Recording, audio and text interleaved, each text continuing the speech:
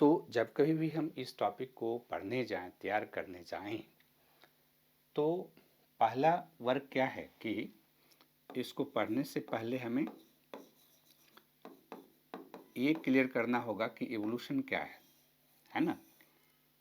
कि आप इवोल्यूशन को कैसे डिफाइन कर सकते हैं? क्या है इवोल्यूशन? इवोल्यूशन का मतलब आप क्या समझते हैं? और उसके बाद ह्यूमन इवोल्यूशन क्या ऑर्गेनिक इवोल्यूशन के समान ही है या डिफरेंट है ना?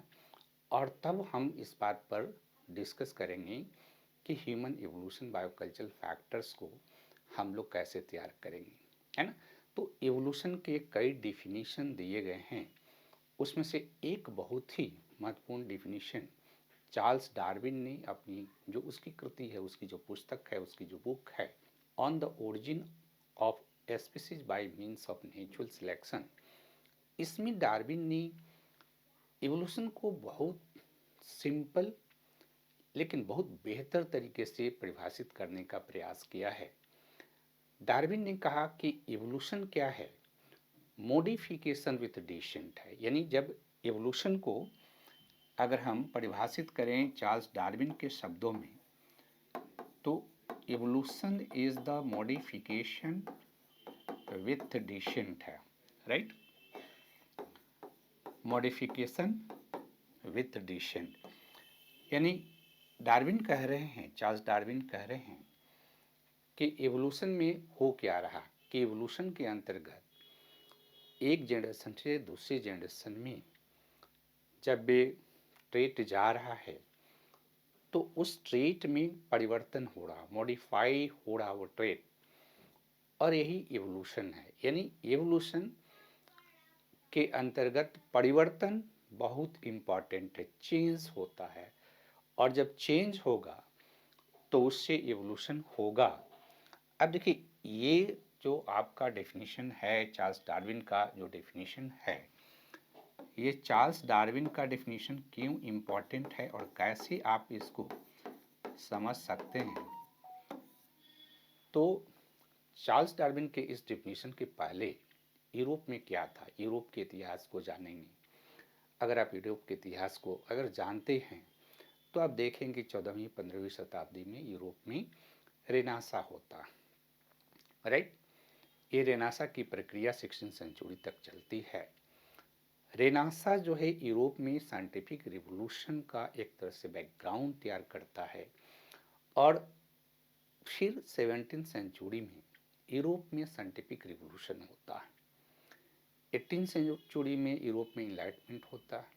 19वीं सेंचुरी में इंडस्ट्रियल रिवॉल्यूशन होता है, और जो साइंटिफिक रिवॉल्यूशन 17वीं सेंचुरी की है, जो 18वीं सेंचुरी में इनलाइटमेंट है, एंड इंडस्ट्रियल रिवॉल्यूशन जो 19वीं सेंचुरी में होती है, ये सभी ने यूरोप में एक साइंटिफिक एनवायरनमेंट का निर्माण किया, साइंटिफिक वातावरण का निर्माण हुआ, और उस साइंटिफिक वातावरण के फलस्वरूप क्या हो रहा कि साइंस के विभिन्न क्षेत्रों में नई अवधारणाओं का डेवलपमेंट हो रहा, नए कॉन्सेप्ट आ रहे हैं। तो जब साइंस के विभिन्न क्षेत्रों में नई अवधारणाओं का डेवलपमेंट हो रहा, नए कॉन्सेप्ट यहाँ पर आने शुरू हुए, तो ये नई अवधारणा और नई कॉन्सेप्ट ने एक तरह से कि क्रिएशन के संदर्भ में, है ना, कि इससे सृष्टि की रचना कैसे हुई है, इसके संदर्भ में जो पहले से अवधारणाएं प्रचलित थी समाज में, कि एक तो डिवाइन थ्योरी है या क्रिएशनिस्ट थ्योरी भी उसको बोलते हैं।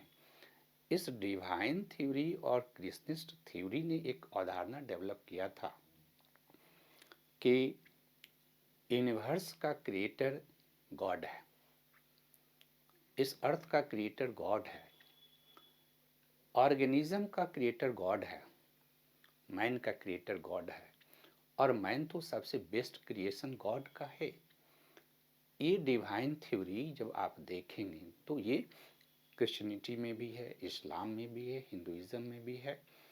अधिकांश जो विश्व के स्थापित रिलीजन हैं वो डिवाइन थ्योरी में विश्वास करते हैं। तो डिवाइन थ्योरी में स्थापित रिलीजन विश्वास करते थे, लेकिन जो साइंटिफिक रेवोल्यूशन होता है, उस साइंटिफिक रेवोल्यूशन ने धीरे धीरे इस बात को सामने रखा कि दरअसल वास्तव में जिसको आप डिवाइन थ्योरी से कह रहे हैं कि वर्ल्ड का क्रिएटर जो है ईश्वर है, ईश्वर वर्ल्ड का क्रिएटर नहीं है। एक बहुत बड़ा चैलेंज था।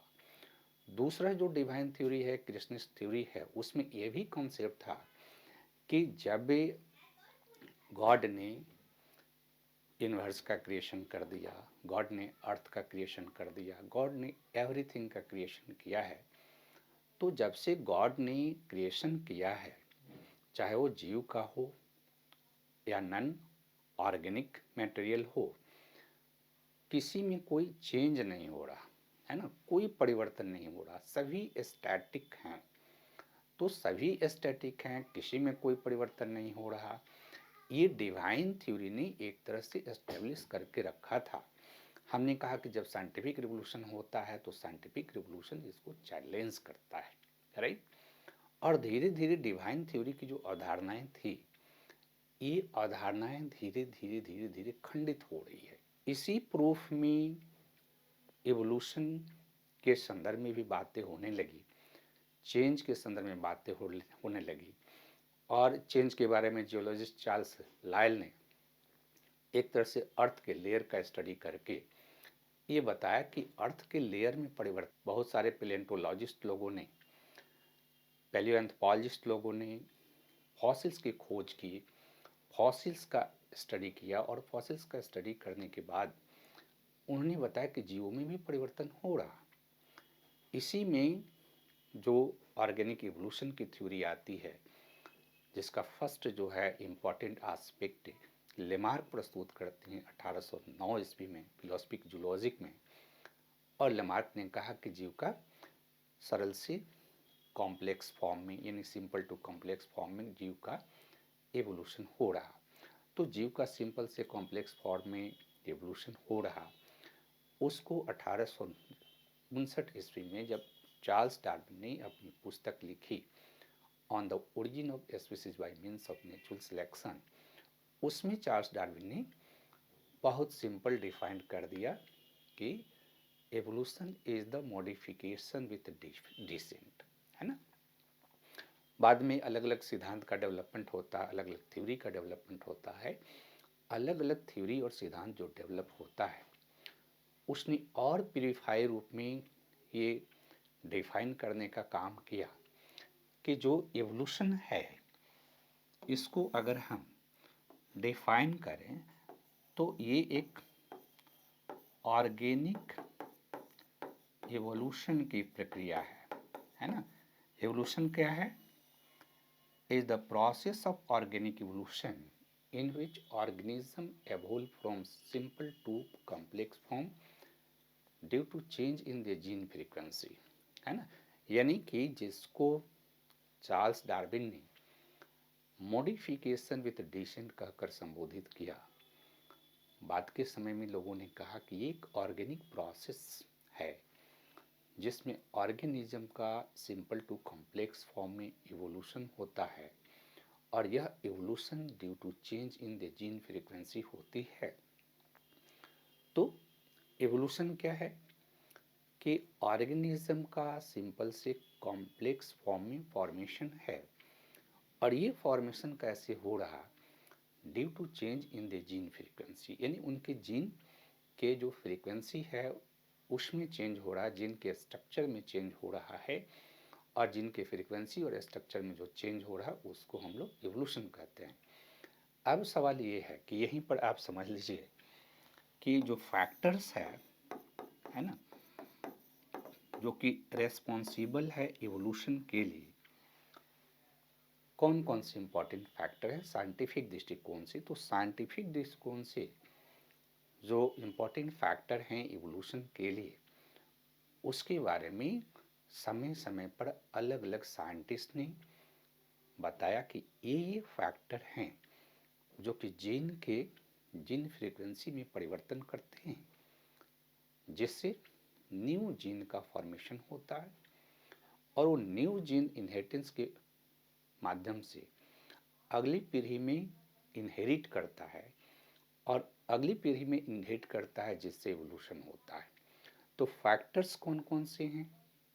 फैक्टर्स में एक है म्यूटेशन, दूसरा है जीन रिकॉम्बिनेशन, तीसरा हाइब्रिडाइजेशन, चौथा आइसोलेशन, पांचवा जीन फ्लो, छठा जेनेटिक ड्रिफ्ट एंड सातवां नेचुरल सिलेक्शन।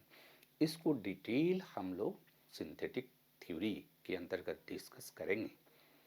तो फैक्टर जो है, उस फैक्टर को भी आपको समझना है और तब बात करना है ह्यूमन इवोल्यूशन का, कि ह्यूमन इवोल्यूशन किस तरह से बायोलॉजिकल और कल्चरल फैक्टर के माध्यम से इन्फ्लुएंस होता है। तो यहाँ पर हमने इस बात को समझने का प्रयास किया कि दरअसल when we try to study about evolution और ट्राई टू डिफाइन एवोल्यूशन, तो एवोल्यूशन को डिफाइन करने में हमेशा ध्यान में रखना है कि we are talking about organic evolution. और जब ऑर्गेनिक एवोल्यूशन के बारे में बात करते हैं तो we are talking about change in the gene frequency